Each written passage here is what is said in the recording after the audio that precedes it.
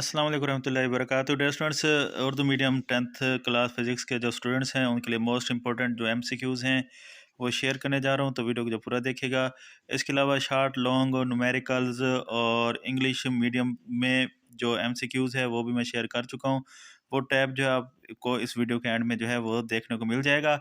तो पहली एमसीक्यूज़ है, वेव ट्रांसफ़र करती है एनर्जी। मुंदरज झेल में से कौन सा तरीका एनर्जी को मुंतकिल करने का इस्तेमाल किया जाता है? ये तमाम तरीके ही। वैक्यूम में तमाम इलेक्ट्रोमैग्नेटिक वेव्स एक जैसी रखती हैं स्पीड। मुंदरज झेल में से वेव की कौन सी खसूसियात दूसरी खसूसियत पर मुनसर नहीं होती? इसका आंसर है एम्पलीट्यूड। वेव की बुनियादी इकसाम है दो। एक वेव की वेलोसिटी फ्रिक्वेंसी वेवलेंथ के दरमियान ताल्लुक है, V is equal to F lambda. कौन सी वेव्स के गुजरने के लिए मीडियम की जरूरत नहीं होती? Electromagnetic wave. स्प्रिंग कांस्टेंट है ये K is equal to minus F over X. Vibrating mass spring का टाइम पीरियड जब इसके मास को दुगना कर दिया जाए तो बढ़ जाएगा। फ्रीक्वेंसी का यूनिट है हर्ट्ज और हुक के कानून का फार्मूला है F is equal to minus K X. और स्प्रिंग के साथ बंधे हुए जिसम के लिए टाइम पीरियड है, तो ये भी ऑप्शन बी करेक्ट किया हुआ है। बाकी जो है इनको मैच कर दीजिएगा, नीचे ये जो है आंसर दिए हुए हैं, तो मिस्टेक हो सकती है। कोशिश तो की है मिस्टेक ना हो, लेकिन फिर भी आप इनको जो है एक दफ़ा रिवाइज करके देख लीजिएगा। उसके बाद next chapter next longitudinal waves की मिसाल है साउंड वेव्स। साउंड एनर्जी कौन सी किस्म है? मैकेनिकल। साउंड की लाउडनेस का इंसार किस पर होता है? एम्पलीट्यूड पर। एक आम आदमी के लिए काबिल समात साउंड की फ्रिक्वेंसी होती है 20 हर्ट्ज से 20 के हर्ट्ज तक। 0 डिग्री पर आवाज़ की रफ्तार होती है 331 मीटर पर सेकेंड। आवाज़ की स्पीड ज़्यादा होती है मेटल में। चमकदार ग्लास में 25 डिग्री पर आवाज़ की स्पीड है 300 मीटर पर सेकंड। साउंड की पिच का इंसार होता है फ्रीक्वेंसी पर। सरगोशी की आवाज़ का लेवल है 30 डीबी। आवाज़ या साउंड की इंटेंसिटी का यूनिट है डब्ल्यू एम पर स्केयर। इनमें से कौन सा वेव्स कंप्रेशन और रेयरफैक्शन पर मुश्तमिल होती है? Sound waves. मच्छर की भिमनाट का इंटेंसिटी लेवल होता है 40 डीबी। नेक्स्ट चैप्टर, रोशनी के रिफ्रैक्शन के दौरान मुद्दे में से कौन सी मिकदार तब्दील नहीं होती? इसकी फ्रीक्वेंसी। एक कन्वर्जिंग मिरर का रेडियस 20 सेंटीमीटर, ये मिरर 30 सेंटीमीटर का फासला एग्रेर बना, जिसका जिसम का फासला क्या होगा? 15 सेंटीमीटर। उसके बाद ये भी न्यूमेरिकल छोटा सा दिया हुआ है, तो इसका आंसर -9.9 सेंटीमीटर है। इंडक्स ऑफ रिफ्रैक्शन का इंसार होता है रोशनी की स्पीड पर। कनकेव लेंस स्क्रीन पर किस किस्म की इमेज बनाती है? सीधा और वर्चुअल। कैमरे में जो इमेज बनती है वो होती है रेयर, उल्टी और बहुत छोटी। हवा के रिफ्रैक्टिव इंडेक्स की कीमत है 1। कन्वेक्स लेंस स्क्रीन पर उल्टी और रियल इमेज बनाता है। सादा माइक्रोस्कोप मैग्नीफाइंग पावर होती है 1+d/f। एक जिसम कनकेव लेंस है, ये भी न्यूमेरिकल है, जिसका आंसर 1/3 है। स्फेरिक मिरर का पोल भी खिलाता है वर्टेक्स। पानी का क्रिटिकल एंगल होता है 48.8 डिग्री। उसके बाद नेक्स्ट चैप्टर के न्यूमेरिकल। एक पॉजिटिव इलेक्ट्रिक चार्ज दूसरे पॉजिटिव चार्ज को दफा करता है। एक जिसम का दूसरे जिसम पर गिरने से इस पर बहुत ज़्यादा नेगेटिव चार्ज आ जाता है, क्योंकि ये जिसम नेगेटिव तौर पर चार्ज होता है। इलेक्ट्रिक इंटेंसिटी की मुसावात है E is equal to F over Q. Electric intensity का ऐसे यूनिट है एन सी पर पावर जो है -1 आएगी। इलेक्ट्रिक पोटेंशियल वी को इस तरह ज़ाहिर किया जाता है V is equal W over Q. तो ये एक छोटा सा न्यूमेरिकल है, इसका आंसर 0.5। कॉलम फोर्स के दरमियान ताल्लुक है एफ इजिकल के Q1 Q2 over are square. Column कानून किन चार्ज के लिए मौजू है? साकिन पॉइंट चार्जेस पर। और उसके बाद ये छोटा सा जो है ये न्यूमेरिकल है, तो इसका आंसर दिया हुआ है के की वैल्यू सी ऑप्शन है। चार्ज स्टोर करने का इस्तेमाल होता है कैपेसिटर। कैपिटेंस की तारीफ इस तरह की जाती है Q ओवर V। कैपिटेंस या सिस्टम इंटरनेशनल में कैपिटेंस का ऐसे यूनिट है फेरेड। उसके बाद नेक्स्ट यूनिट, कंडक्टर में इलेक्ट्रिक बहाव की वजह है आज़ाद इलेक्ट्रॉन। और उसके बाद ये छोटा न्यूमेरिकल जिसका आंसर 18V है। जब एक सादा सर्किट में वोल्टेज दुगना कर देते हैं, कौन सी मिकदार दुगना हो जाती है? ए और बी दोनों। उसके 12V के सोर्स जोड़े गए एक लैंप की पावर की क्या होगी जब इसमें 2.5 एक करंट बह रहा हो? तो 30 वोल्ट। ओम के कानून की हिसाबी शक्ल है V is equal to I R electric power की यूनिट है वाट। अगर तार में 0.5 सी जो है चार्ज 10 सेकंड गुजरता हो तो ये 0.05 एम्पेयर। अगर मेटालिक तार की लंबाई दुगना कर दें जबकि दूसरे हवा में तब्दील ना हो तो इसकी रेजिस्टेंस होगी दुगना। कापर की स्पेसिफिक रेजिस्टेंस दी हुई है ए। ग्रेफाइट की स्पेसिफिक रेजिस्टेंस दी हुई है ए। छोटे पंखे की पावर होती है 50 वाट्स। 1 मिलीमीटर एम्पेयर बराबर होता है 10⁻³ एम्पेयर।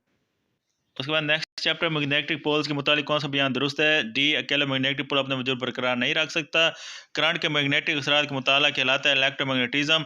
एक बार मैग्नेट के अंदर मैग्नेटिक फील्ड की सिमत क्या होती है, नॉर्थ पोल से साउथ पोल की तरफ। अगर मैग्नेटिक फील्ड में मुद्दा रखी हुई वायर में से बहने वाला करंट मुद्दा बढ़ाया जाए तो वायर अमल करने वाली मैग्नेटिक फोर्स बढ़ेगी। डीसी मोटर तब्दील करती है, मोटर तब्दील करती है इलेक्ट्रिकल एनर्जी को मैकेनिकल एनर्जी में। डीसी मोटर मकनातीसी मैदान में कोयल 90 डिग्री जाविया घूम सकती है। डीसी मोटर का कौन सा हिस्सा हर आधे साइकिल के बाद कोयल में से बहने वाले करंट की तब्दील कर देता है? कोमोटेटर और इंड्यूस्ड ईएमएफ सिम सर्किट में किस कानून के मुताबिक होती है?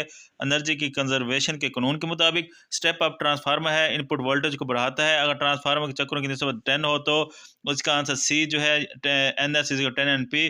म्यूचुअल इंडक्शन की मिसाल है ट्रांसफार्मर, वो वाला जो मैकेनिकल एनर्जी को इलेक्ट्रिकल एनर्जी में तब्दील करता है, वो कहलाता है AC generator.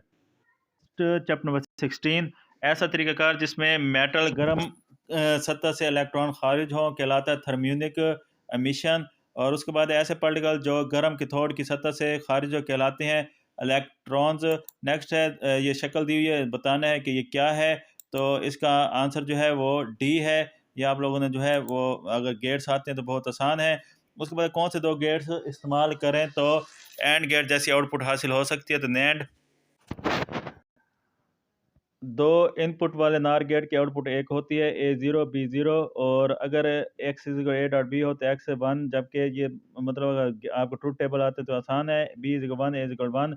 Deflecting plate component है CRO। कौन सा गेट एक लॉजिकल लेवल को मुखालिफ लॉजिकल लेवल में तब्दील करता है? Not gate. नैंड गेट की आउटपुट 0 होगी अगर A इज 1 हो और B इज 1 हो। उसके बाद है अगर एक मेटल को बुलंद दर्जा हरारत पर गर्म करें तो पार्टिकल खारिज होते हैं इलेक्ट्रॉन्स।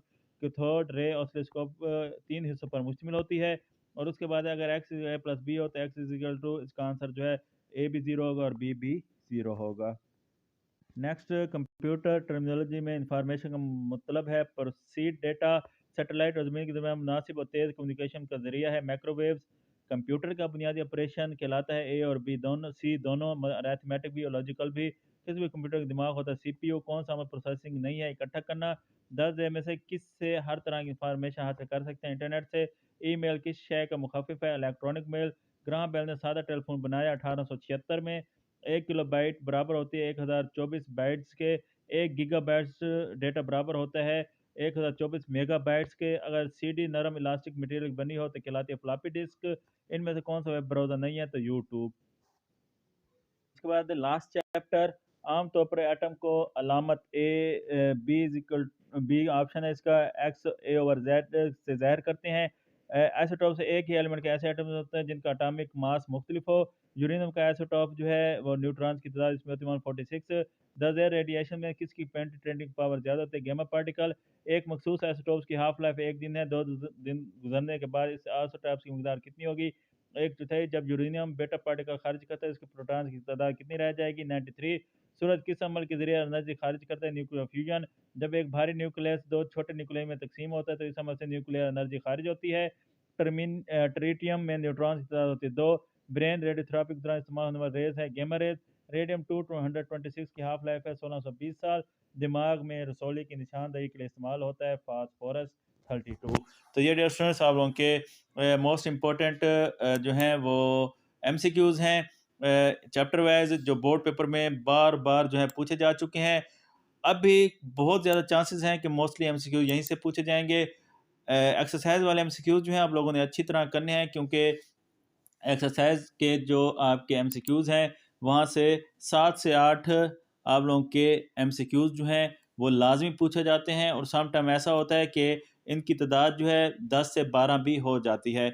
मतलब 7 से 8 MCQs कंफर्म होते हैं एक्सरसाइज वाले, 10 से 12 भी आ सकते हैं। तो इसलिए एक्सरसाइज वाले अच्छी तरह करें। बाकी ये जो हैं दिए हैं इसमें एडिशनल भी हैं, इनको भी तैयार करें, इंशाल्लाह आपके न्यूमेरिकल में अच्छे नंबर आ जाएंगे।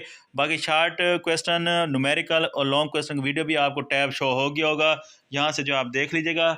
चैनल को सब्सक्राइब करना ना भूलिएगा। अल्लाह हाफिज़।